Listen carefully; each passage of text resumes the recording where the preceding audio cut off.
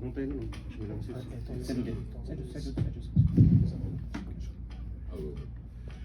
Otelo foi realmente meu grande parceiro no filme. Ele apareceu na Corisco, lá no nosso escritório, a partir de um livro que eu tinha escrito. Otelo, no fim da vida, se percebeu a importância que ele tinha para o cinema brasileiro e para o país, e ele estava vivendo um momento de grande reflexão. Eu escrevi um livro sobre a pequena África, ele se interessou e foi lá e começamos a conversar, etc. E partimos um tempo depois para um projeto. Otelo fez sucesso muito cedo, né? Ele veio para o Rio de Janeiro e vai fazer sucesso com uma companhia negra de revistas, né? Com 12 anos de idade. A cidade se curva frente ao talento dele e ele fica perdido aqui, é adotado por as famílias brancas, mas ninguém aguentava o menino com a vitalidade e o talento dele. Depois ele, já adolescente, começa a trabalhar com Jardel e Hércules nas revistas na Praça Tiradentes. E depois ele conhece uma pessoa que era o Júlio Simões, que é um personagem muito curioso, que é o cara que funda a primeira gafieira, o Elite Club, né? Quer dizer, quando haviam as salas de dança das elites, e quando a negrada começa a fazer os seus salões de festa e de dança, cria-se logo então um apelido pejorativo, né? O lugar das gafes, as gafieiras, né? Etc. E o Júlio Simões devolve a piada, né? Quer dizer, Gafieira Elite Club, né? E o Otelo falava que o Júlio Simões foi para ele uma espécie de pai noturno e profano, né? Ele falava que o Júlio era um cara que não tinha tempo para si mesmo, ele era um líder, né? Era um cara que sabia da vida de todo mundo, ele cuidava, morava num quartinho. E nós começamos então a escrever um roteiro sobre isso. Ele tinha já elaborado um roteiro e nós começamos mas era um filme de grande porte, complicado, etc. e tal. E Otelo morreu a gente tentando, não sei se você sabe, ele morreu num avião indo para Paris, ia ser homenageado no Festival de Nantes, ia assinar contrato com produtores franceses, estávamos quase fechando o projeto, não conseguimos fazer o projeto. Mas nesses 10 anos de convívio, a gente tinha tanta vontade de trabalhar junto que nós fizemos 2 outros filmes. Os 2 filmes, inclusive, que ele botou título, eu dei títulos banais e ele deu o título, né? Quer dizer, o primeiro era um filme que eu passei na sessão anterior, que eu tinha escrito um texto sobre a Praça Tiradentes, e ele é como eu, um apaixonado da praça, e eu tinha escrito esse texto e ele me exigiu fazer um filme, né? Então, acabamos fazendo o filme juntos. Ele faz a locução maravilhosamente, e no dia que ele foi gravar essa locução, ele me levou um presente, que é uma música que ele compôs, né? E que acabou virando o título do filme. Meu título é um título banal, eu me lembro, acho que a gente filmou isso no final da década de 80, era Praça Tiradentes, 1980 e tal, e ele levou a música que era Praça Tiradentes, Centro do Mundo. Eu falei, bom, é o título, né? É a mesma coisa que ele fez no Catarse, né?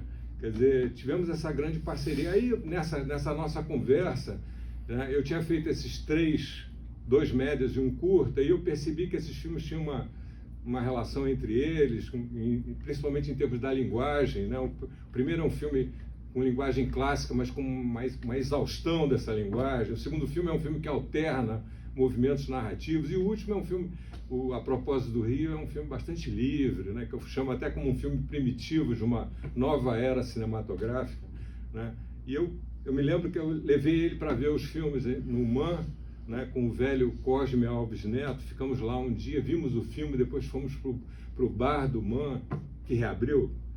Frequentem o Bar do MAN.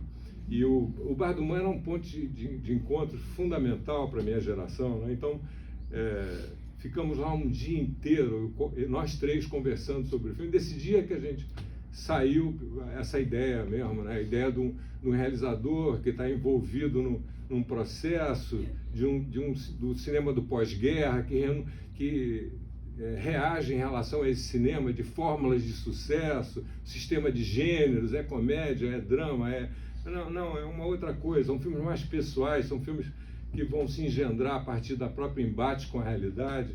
E nós começamos a conversar, e esse realizador, né, que vai narrando, e ao mesmo tempo, um momento ele se fragiliza. Esse terceiro filme, que na verdade é verdade. A gente estava num momento de muitos problemas de produção, muito pouca grana. Então o filme é feito praticamente com a equipe. Eu só dispunha do Antônio Luiz fotografando, e o projeto era um longa-metragem. Aí eu, de repente, pensei numa coisa e resolvi fazer com um ator fazendo todos os papéis, que era o extraordinário Breno Moroni, né? E, enfim, e aí a coisa foi andando, e o Otelo foi meu grande interlocutor, né? Me acompanhou. Eu me lembro até de noites de filmagem que, em vez de ir para casa, ele ficava lá e a gente ficava reescrevendo as sequências, etc. Tal, né? Quer dizer, sem Otelo esse filme não existiria. E essa história esse filme que vocês pensaram antes, o Gaffier Elite, vocês desistiram dele, né? Aconteceu que a Embrafilme vocês não conseguiram o apoio da Embrafilme na época, né? Ele brigou contigo, inclusive, né? Que você foi inocente, você não estava ciente de como era, dessa coisa, de como tinha que lidar mesmo com a Embrafilme, né? Você achava que as questões, enfim, como é que eu fiquei muito, enfim, o Roberto, ele narra essa história no livro que ele escreveu sobre Grande Otelo, que é o Perfis do Rio, da Relumi do Mará. E é incrível essa história. É um filme que nunca foi filmado, é um roteiro com esse título, né, Gaffier Elite, e que eu, enfim, espero ainda um dia ver isso filmado de alguma forma, né? Mas, enfim, essa amizade que você tinha com o Grande Otelo era realmente uma amizade verdadeira, né? Você chegava, brigava com ele às vezes, né? Criticava algumas coisas dele, ele também implicava com você. E, enfim, vocês tiveram essa troca assim, muito produtiva, né? Enfim, esse filme, você teve questões também ao longo do processo, né? Como é que foi trabalhar com o Grande Otelo? Ele é uma pessoa que você... Como é que foi lidar com ele, assim, vocês tiveram alguma questão, assim, durante a filmagem? Por que esse filme ficou tanto tempo, assim, sem ser visto pelo público? No Otelo era... Quer dizer, eu, na verdade, convivi com o Otelo nos últimos 10 anos da vida dele. Nesse momento, o Otelo era um cara encantador, né? Um cara, um charme fantástico, uma pessoa super agradável, super talentosa, etc. Mas ele, claro, tinha muito mais vivência que eu, né? Quando nós colocamos o filme na Embrafilme, conseguimos um dinheiro para fazer o roteiro, trabalhamos junto o roteiro, nos encontramos não sei quantas mil vezes. Foi uma história muito incrível, essas reuniões com o Otelo, escrevendo junto esse roteiro. E ao mesmo tempo, todo realizador tinha múltiplas relações com a Embrafilme, que era uma produtora e distribuidora. E eu tinha vários filmes distribuídos na Embrafilme. E tive um problema com um dos filmes, que a Embrafilme não estava me pagando o que eu achava que eu tinha que receber. Então eu processei a Embrafilme. E aí a Embrafilme cortou todas as relações que eu tinha com ele. E eu achava que, como era o órgão governamental, se eu tinha tido um problema localizado, ela não podia fechar as portas inteiramente para a minha produtora. E defendi essa tese numa carta no jornal. Escrevi uma carta para o jornal falando isso. Aí o Otelo ficou transtornado, entendeu? Falou, poxa, você é um louco, você atrapalhou tudo. Eu estou aqui mexendo os pauzinhos, estou conversando, estou arranjando produtores franceses e você me escreve essa carta, etc. Aí ficou uns 3 meses sem aparecer. Um dia eu cheguei lá na Corisca, eles falaram, o Otelo está aí. Ele ia lá para a minha sala do fundo, onde tinha os livros, pegava uns livros lá, ficava lendo. Aí eu cheguei lá, ele nem olhou para mim, assim. E eu me sentei na minha mesa, fiquei na minha, etc. Às tantas voltamos a conversar, né? E Otelo, durante as filmagens, ele foi uma liderança, né? Ele era, assim, exemplar o trabalho dele, né? Mas ele estava tendo problemas, fico com um certo pudor de falar coisas muito pessoais, assim. Está no livro, né? Mas enfim, o Otelo gostava de mulheres grandes, né? O Otelo era muito pequenininho. E ele estava com uma mulher, uma moça que se chamava, por causa da Josephine Baker, né? Uma moça grande. E o chofer que pegava, o cara da produção que pegava o Otelo todo dia, chegou a me falar, ela bate nele. Eu quase fui falar com ela, você quer bater? Vem bater com um cara do teu tamanho. Quase tomei as dores do hotel. Mas a gente estava filmando e tinha a sequência da Porta da Gafieira, uma sequência que depois a gente tirou, né, por causa desse negócio. Sequência que ele era apunhalado na porta. Que os personagens das entidades bantus, né, ao contrário dos orixás iorubá, são personagens históricos, né, que sintetizam trajetos, né, como, por exemplo, o trajeto do homem negro que vem para o Rio em busca de novas condições na época da abolição. Agora o cara é livre, é cidadão, então vem para o Rio, para a capital, para renovar a sua vida, cheio de esperança, e aqui está tudo fechado, né? Os caras foram jogados para fora, né? Reforma Pereira Passos é isso, né? É uma coisa que inaugura esse Rio que a gente está vendo hoje, cheio de cinturões de miséria, os caras foram botados para fora, o bota abaixo, né? Então, o Exu Zé Pilintra sintetiza essa ideia do cara que vem para o Rio, né, em busca de novos horizontes, não encontra, aí vai para a marginalidade, né, vai para a zona, começa a explorar mulheres e morre no punhal de uma dessas mulheres. Né? Então, por essas loucuras completas, né, na madrugada que ele ia filmar essa cena, a mulher dele tem uma briga com a mulher esfaqueia ele, né? E ele foi salvo pelo menino, pelo filho dela, que chamava Orson, né? Relembro então a grande amizade do Otelo com o Orson Welles, quando o Orson Welles veio fazer o It's All True aqui, né? E o Otelo, a relação do Otelo transtorna todo o projeto da RKO, etc. Tal, né? A ponto do Orson Welles, que era um menino de ouro de Hollywood, né? Que tinha feito Cidadão Kane com 20 anos de idade, né, que vem para cá com 23 anos, a mesma idade de Otelo, ficam amigos, e o Otelo, em vez de fazer um filme que era um bolo de noiva, o Otelo leva ele para a Zona Norte, para as favelas, etc. Ele começa a fazer um outro filme. Né? Então isso não dá certo. Né? Então acontece essa coisa durante a nossa filmagem. Então ele que estava tendo uma atitude, né, sensacional, uma liderança assim, em relação a toda a equipe, a coisa se transtorna. O filme paramos o filme, a gente consegue retomar esse filme meses depois, né? E a situação dele muda, ele estava muito equilibrado, os problemas que ele tinha com bebida ele tinha superado, a coisa volta, e, enfim, problemas, né? Esse filme do Elite, que eu até tenho vontade de publicar esse roteiro, né, que nós escrevemos juntos, que é uma história bonita, né? E eu me lembro que eu coloquei, eu gosto muito de futebol, ambientei esse filme nos anos 50 e relacionado a um tricampeonato do Flamengo. Já o argumento inicial tinha o futebol, tinha a história da Cinderela, é um roteiro muito curioso. E eu coloquei esse filme, ambientei ele num tricampeonato do Flamengo, então tem todo um envolvimento com o Flamengo. Eu, como tricolor, tive que me curvar a isso, né? Mas enfim, o time do Otelo, e era um time que na verdade tinha tudo a ver com aquele negócio, né? E eu me lembro que tínhamos uma reunião com a diretoria do Flamengo, crucial para a gente fechar, não sei o que lá, e o Otelo não chega, eu com a diretoria não chega, e depois ele entra na sala com um copo de um negócio qualquer. Eu fiquei transtornado, me levantei, falei, olha, até logo, tchau, fui embora, me lembro a voz dele falando, Roberto, fui embora, deixei ele lá. E no dia seguinte ele ia para Paris pegar esse fatídico avião, né?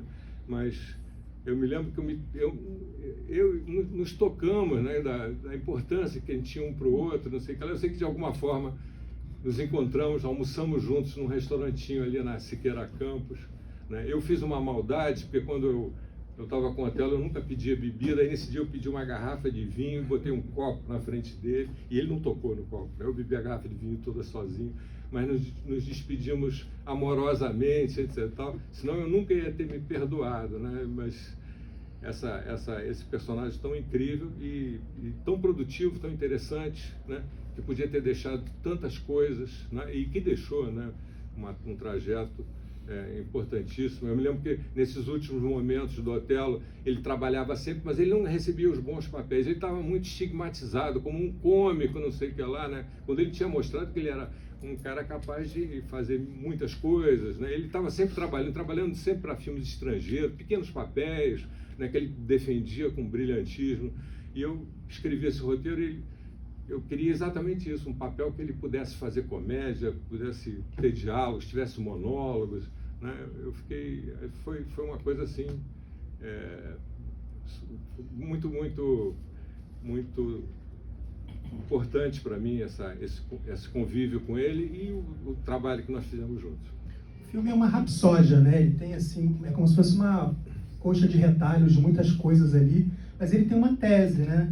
Eu sei que ele teve primeiro, você nessas tentativas de conseguir recursos para o filme, você escreveu ele como sua tese de mestrado na USP, teve essa história? Não. E depois você fez uma outra versão para exibição. E como é que foi isso? Não, eu estava fazendo um doutorado na USP e minha tese era uma tese sobre o Rio de Janeiro no cinema. E estava terminando o Catarse, né? Então não estava dando para fazer duas coisas. E o meu orientador, que era o Ismael Xavier, eu convenci o Ismael de tornar o filme a minha tese. E o Ismael generosamente topou e não havia precedente disso, etc. Tal, né? Eu me lembro e eles falavam, não, você vai fazer a coisa de uma obra de arte, não sei o que, o artista, a gente vai discutir a objetividade de um trabalho, uma tese defendida a partir de parâmetros discutíveis, enquanto o filme já fica mais difícil para a gente falar, né? Eu me lembro que na banca final, que era uma banca muito ilustre, com Ismael, com Maria Rita, com Jean-Claude Bernardet, e o Jean-Claude estava envolvido num livro muito bonito que ele tem sobre o Bressani e o Scanzella, estava estudando muito Freud, que é a base de todo esse livro, né?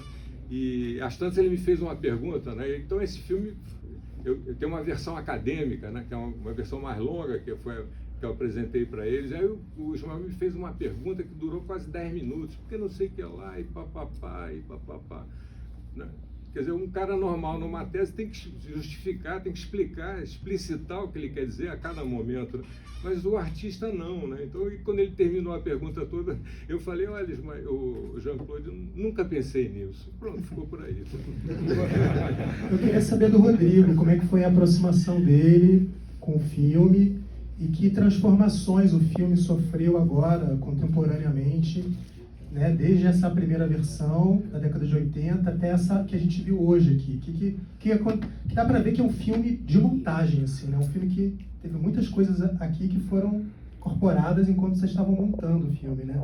Queria saber como é que foi essa transposição e, enfim, explicar um pouco como é que foi a tua aproximação nesse projeto, Rodrigo.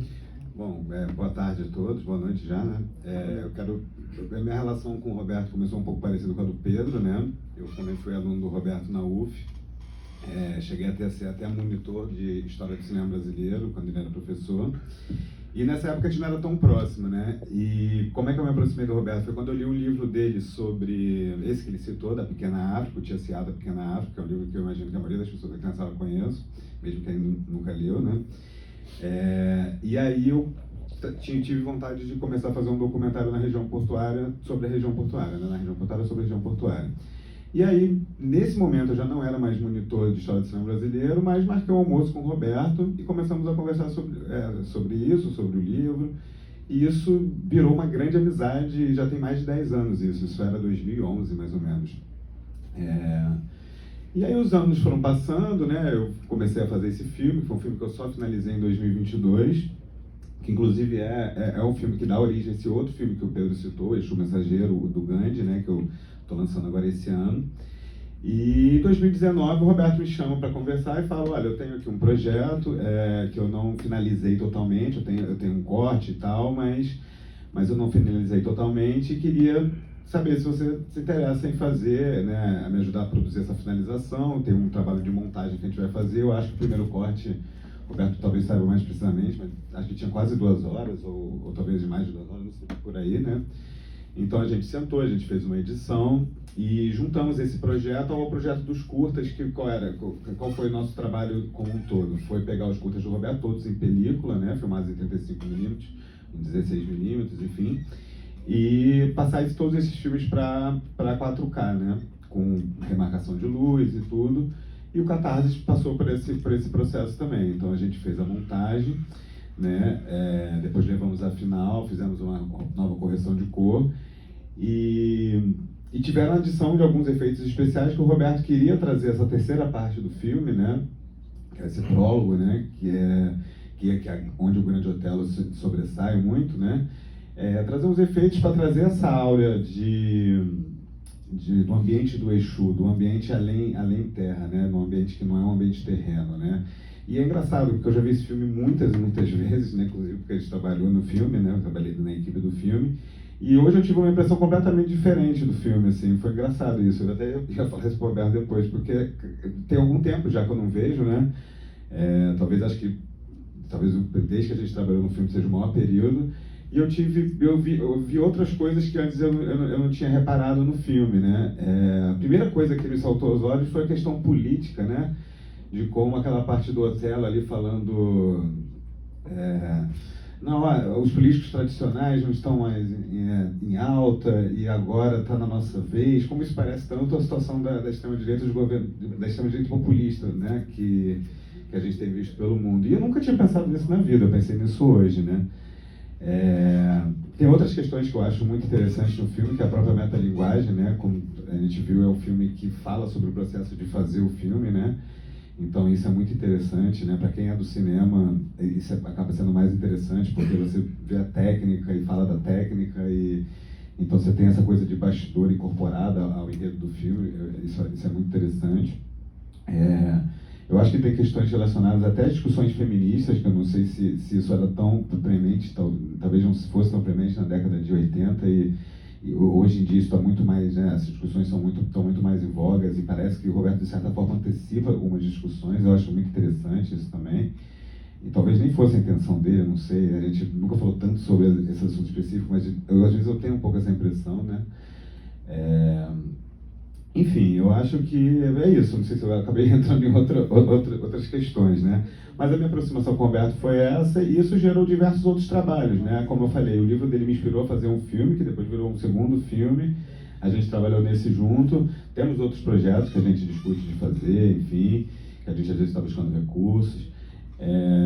Mas é isso, eu acho que o Catarse é um filme que cada vez que você assistir, você vai ter uma impressão diferente, assim, né?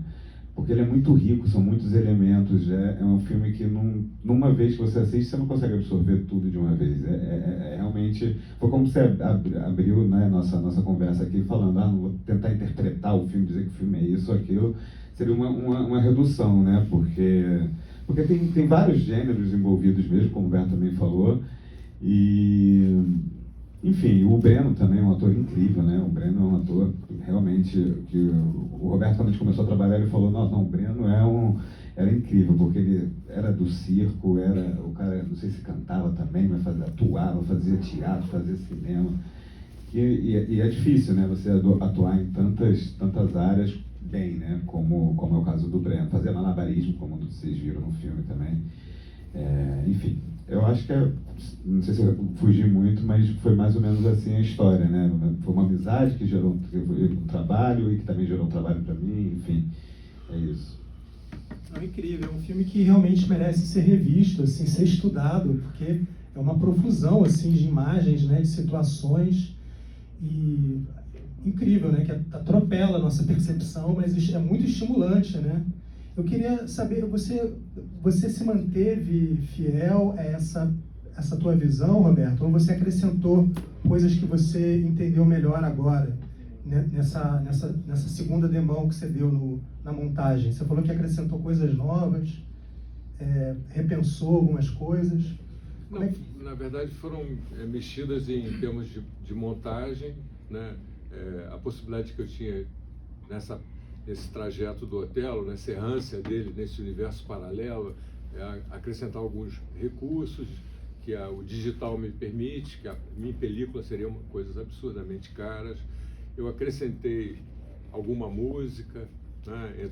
Eu tive grandes parceiros musicais, tenho 2 parceiros musicais aqui hoje, com muito prazer ver o Baiano e o Sacramento aqui, e tive um terceiro parceiro que é o Nelsinho Laranjeiras, né? E eu quando estava remexendo o filme aqui com o Rodrigo, eu me lembro de um telefonema que eu dei para o Nelsinho, porque o Nelsinho tem uma suíte muito bonita, né? E com Marcos Montarroios, um pistonista fantástico, tocando. E eu me deu a ideia de utilizar a suíte dele. Eu ousei telefonar para o Nelsinho e falei para ele: Nelsinho, eu tô queria te pedir uma coisa. Aí ele falou para mim: tá bom. Eu falei: mas como, eu não te pedi ainda? Não, tá bom. Quer dizer, essa coisa dos amigos é um negócio maravilhoso, né? Eu acho que isso é uma coisa muito importante nesse filme, né? Quer dizer, o filme tem várias equipes, né? Quer dizer, a importância das equipes, né? Eu estou vendo a Célia Maracajá aqui, minha grande parceira, né? Eu vi daqui, estava com a expectativa que a Beth Formagini viesse, eu encontrei com ela na chegada. Quer dizer, eu acho que o filme tem essa coisa, né? Parceiros de primeira linha, né? Fotógrafos excelentes, grandes pessoas que eu tive juntos, grandes profissionais e grandes pessoas que eu tive juntos. Sérgio Rezende, né? José Jô. Enfim, né? Pessoas que dirigiram, etc. Tal, né? Que tivemos trajetos comuns, né? E isso eu acho que é uma coisa central nesse filme. E tem essa coisa, né, que esse ambiente que a Corisco tinha de estar com as portas abertas, de ter esse trânsito de pessoas, essa coisa de incorporar os amigos, né, nas produções. Isso é uma coisa, é muito, assim, dá para falar que é uma coisa muito carioca, né? Essa coisa dessas equipes que são formadas a partir de encontros no bar, dessas reuniões, assim, de amigos, né? Como é que era esse ambiente da Corisco, assim, vocês... como é que era trabalhar na Corisco? Como é que era isso? Porque, enfim, lendo a respeito das histórias que você conta também, me faz parecer que era como se fosse um centro cultural ali, uma coisa que transbordava o fazer de uma produtora, né? Era realmente um ponto de encontro, assim, onde as coisas aconteciam. No livro você fala, né, que era uma quitanda cultural, né? Uma coisa... Como é que era isso, assim? É uma coisa bem ao sabor dos anos 70, né? A gente, logo que começou o grupo, a gente conseguiu alugar, né? Na verdade, eu tive meu eterno sogro, né? O Luiz Segreto, né? A família Segreto foram os caras que começaram com o cinema aqui no Brasil, né? Primeira sala de cinema, os italianos que vieram para cá, né? E os Segretos construíram aqueles 2 prédios ali na rua Pedro I, que dão ali em frente da Praça Tiradentes, e eu acabei alugando do meu sogro. Claro que ele me fez um aluguel maravilhosamente barato, né? Nós todos muito duros naquela época. Então a Corisco se sediou ali na Praça Tiradentes. Um aspecto também fundamental é a própria praça, né? A praça era muito mais do que apenas um lugar neutro que a gente fosse trabalhar. A praça era um lugar muito rico, né? Ali tinha muita história, começou a indústria cultural ali, cada canto da praça ela tinha um determinado significado, e a cada dia da semana pessoas diferentes se reuniam. Quem viu, por exemplo, a sessão anterior, o Ângelo à Noite, vê que na sexta-feira tinha um grupo, né, de artistas de variedade, de circo, que se reuniam ali. Depois chegava um mundo gay popular, né, muito oprimido, mas muito expressivo, né? Então essas coisas todas foram se tornando. No início, né, nós formamos o grupo a partir dos alunos na escola de comunicação. A escola de comunicação era uma novidade naquela época. Eu acho que a nossa turma foi a segunda que existiu. Então, quando a primeira Corisco, viemos todos, eram todos colegas de turma. E depois a Corisco mudou, fiquei só eu e entraram novos parceiros. Aí eu já tinha mais de 30 anos, né? E éramos todos profissionais já bastante experientes, e todos nós militávamos, trabalhávamos no circuito cinematográfico, mas nos juntávamos para fazer os nossos filmes, para fazer as nossas coisas, né? E era muito produtivo, tinha uma relação nós éramos muito irmanados, mas claro, tivemos os nossos conflitos, os nossos problemas, né? Não dá para idealizar as coisas, mas é uma lembrança para mim muito cara, muito, muito importante, né? E quem nos jogou para fora do ringue foi o nosso presidente Collor, né? Quando ele parou o cinema brasileiro, né? Um momento muito dramático, né? Na verdade, eu nem gosto de lembrar desse momento. Ficamos todos sem trabalho. A gente produzia 200 longa-metragens por ano, 400 curtas-metragens. De repente o cara para, né? Então foi uma covardia, né? Então, e aí eu me banjei para a universidade, etc. E fui buscar outras coisas. E aquela experiência de grupo, aquele coletivo cinematográfico que nós conseguimos manter por bastante tempo e que teve pessoas tão expressivas, terminou ali, mas restaram os amigos. Bem, eu queria aproveitar agora e perguntar se alguém do público tem alguma manifestação, alguma pergunta. Isso que eu achava bom. Né? Aqui, ali.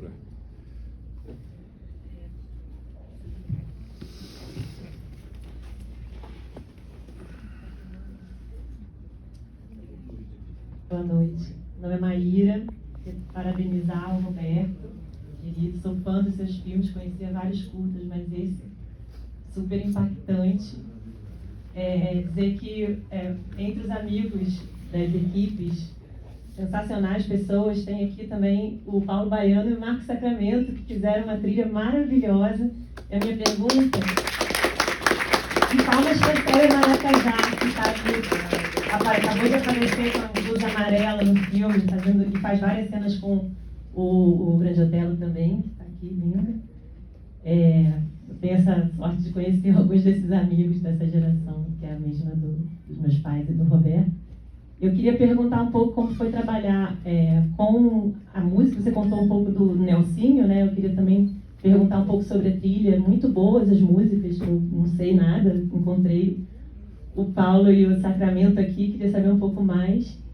E uma outra pergunta é sobre essa sua...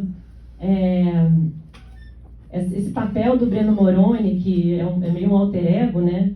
Queria que você falasse um pouquinho mais sobre a sua identificação com ele. O que tem de seu, dessa sua vivência nesse texto tão interessante que você costurou para juntar os filmes?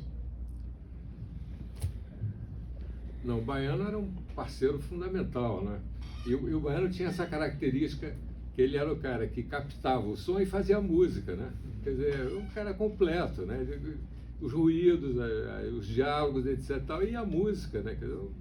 Eu tinha uma parceria, né? E eu assisti o início do Cão Sem Dono, com Sacramento, que era um menino, assim, né? E com aquela voz extraordinária, um negócio assim absurdo, né? Então eu tinha uma parceria musical, o Nelsinho, que faz a música do Nascimento e Morte, né? Tão bonita aquela música. E eu tive muita sorte, né? Então, a propósito do Rio, que era um filme com muito poucos recursos, e a minha ideia foi fazer quase um meio musical, né? Facilitado pela presença do Cão Sem Dono, que era um conjunto. Eu pensava que esse conjunto ia estourar, mas é exatamente essas histórias do Rio, né? Quer dizer, uma coisa extraordinária que está acontecendo, uns caras super talentosos, né? Eu diria que hoje em dia o Sacramento é o melhor cantor brasileiro. Para mim, sem dúvida, isso. Entendeu? E o Baiano é um compositor, né? E um organista, e um pianista, um cara super dotado. Quer dizer, então essa parceria foi fácil. Eu fiz algumas letras, eu me lembro dessa música de abertura, né? Rio-São Paulo, né? Que eu fiz uma letra, dei para o Baiano, aí o Baiano me veio com uma primeira versão, era exatamente assim, né? Eu conversei, eu tinha ouvido muito aquele grupo paulista, grupo Rumo, e aí eu cantei os negócios que eu inventei, aquela proximidade fraterna, onde as coisas realmente acontecem, né? Então fomos andando juntos e agora é engraçado porque o parceiro do Rodrigo, o cara que mexeu com o som, que é o Sobral, o Thiago Sobral, né? Me lembrou muito Baiano, porque começamos a trabalhar no som na casa dele, etc. E eu vendo violões em várias partes, né? Aí um belo dia eu falei, não aguentei mais, peguei o violão, eu toco um violão muito vagabundo, né? Toquei lá uma brincadeira lá qualquer, agora eu falei, agora é a tua vez. Aí o cara toca um tema do Garoto de uma forma, para mim, completamente inatingível, né? E no filme tinham várias coisas na versão original do filme, por exemplo, tinha Jimi Hendrix, tinha Elis Regina, tinha Miles Davis, etc. e tal. E eu fiz uma consulta, quanto custaria para manter esses caras, né? É impossível, né? Então, Jimi Hendrix, aí o cara pegava a guitarra e tocava. Miles Davis, então vamos nós, papapá. Quer dizer, as coisas foram acontecendo, essas enormes parcerias, né? E o Breno também é um parceiro. Eu agora reencontrei, depois de muitos anos, quando o filme passou em Ouro Preto, agora me reencontrei com o Breno, né? A história do Breno, eu ouvi falar do Breno a primeira vez, que a gente, vivendo os governos militares, aquela coisa, e a gente conseguiu, nos juntamos aí, conseguimos fazer um lance na Cinelândia, né? Conseguimos implantar, era um produto industrial que tinha sido relevado, alguém descobriu que tinha um poste lá que podia comprar preço barato, nós botamos o poste na Cinelândia, fizemos um palco embaixo, entendeu? E passamos um fim de semana inteiro cantando, encenando, milhões de coisas interessantes. E em cima desse poste, num quadradinho que era mais ou menos 1,5 metro quadrado, subiu um cara e ficou lá em cima, entendeu? Ficou 3 dias lá em cima, o fim de semana inteiro em cima, entendeu? E ele se comunicava com a gente, papapá. Eu falei, quem é esse cara? Quem é esse maluco? Ficou 3 dias lá em cima, usando técnicas de yoga lá. Eu falei, pô, daí eu fui descobrir, não, tem um cara extraordinário aí, porque é um cara que tem técnica de circo, ele trabalhava em circo, mas ele trabalha com teatro. O forte dele é trabalhar fazendo personagens, se escondendo, né, por trás de personagens. Tanto é que o Breno é um cara que tem uma cinematografia importantíssima, trabalhou com grandes diretores brasileiros e ele é pouquíssimo conhecido, né? Por exemplo, ele trabalhou em vários filmes do Bressani, 2 dos filmes do Bressani que eu mais gosto, o Breno trabalha. Por exemplo, o filme sobre o padre Antônio Vieira, não sei se vocês viram, filme extraordinário, né? Só que tem que o Breno faz 7 papéis no filme, então você não vai ver o Breno, entendeu? Você não vai reconhecer o Breno, então por isso que ele sumiu, né? E o Breno era um cara parecido comigo, porque eu vivia para brincadeira, para o trabalho. Eu não tinha casa, eu morava dentro da Corisco, né? Eu tinha lá no meu quarto, eu tinha um colchonete que eu puxava e dormia. E o Breno era a mesma coisa, ele tinha uma casa alugada lá no Cosme Velho, que você entrava lá e só tinha coisas de circo e guardada aí. Eu perguntava, onde é que você mora? Tem um quartinho ali que eu moro, né? Então, eram personagens que nós nos identificamos muito e ele foi muito produtivo, né? Ele agora, inclusive, eu fiquei muito contente porque naquele Festival do Maranhão, como é que é? No Guarnicê, né? Que o Rodrigo escreveu, eu nem sabia que ele tinha escrito, o Rodrigo escreveu o filme no Guarnicê, e aí me vem a notícia que alguém do filme ganhou o melhor ator. Eu pensei que era o Otelo, que eles tinham dado um mito do Otelo, etc. Mas não, deram para o Breno. Eu fiquei muito contente com esse negócio, né? Quer dizer, ganhou o prêmio agora, né? do último festival Guarnicê, né? Então, uma parceria importante. E outra coisa, o Breno continua extremamente produtivo, escrevendo peças, produzindo peças, né? Um personagem incrível. Lamentavelmente, está com uma nova peça e está também com uma peça circense que ele está fazendo agora, e eu estou tentando trazer ele para o Rio. Vem para o Rio, vem para cá. São Paulo. Ô, Roberto, eu queria só dar um pequeno depoimento aqui, que é o seguinte, lembrando desse tempo, que era uma coisa muito coletiva, né, que a gente fazia, todo mundo Durango, né, e era coletivo, né, e eu lembro que por graça, a gente fez a música do filme, em compensação, foi a primeira vez que eu entrei no estúdio. Eu nunca tinha entrado no estúdio na vida. Você que nos possibilitou, né, a possibilidade de entrar no estúdio para gravar, né? Primeiro foi no estúdio ali no Jardim Botânico, depois foi um outro quando a gente gravou a trilha mesmo lá no Engenho Novo. A gente nunca tinha entrado no estúdio na vida, né? Então era uma relação muito também de troca, de troca, né? De troca mesmo de coisa, né? E é muito barato, né? Pô, vendo esse filme agora aqui, eu fiz uma viagem no tempo, assim, impressionante.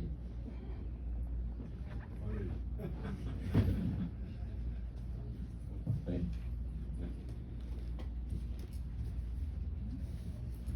Boa noite.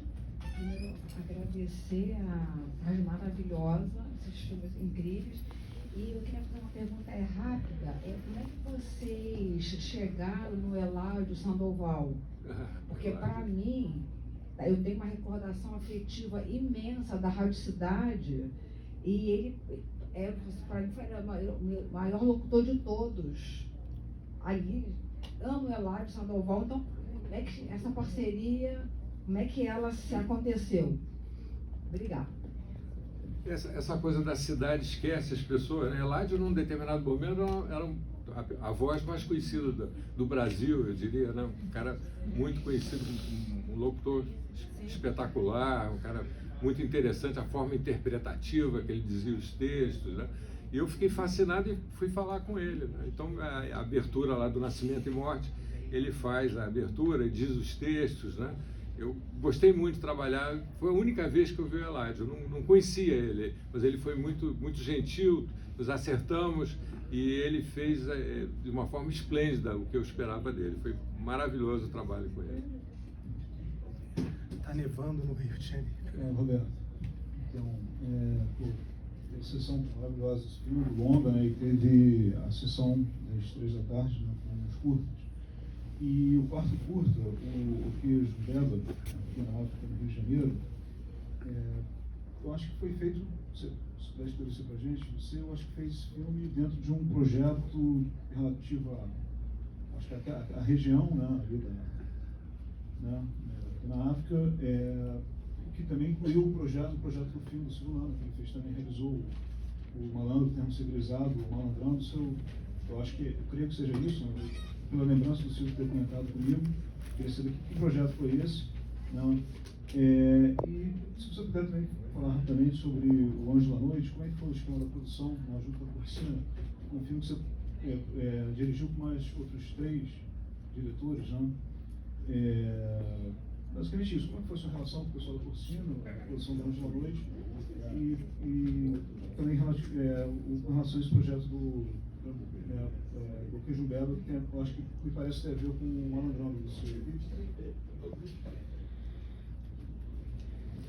O Malandrando foi como eu conheci o Silvio Lana. Ele apareceu na Corisco e produziu o Malandrando dentro da Corisco. Eu não me lembro, eu acho que foi anterior ao Queijo Beba, né?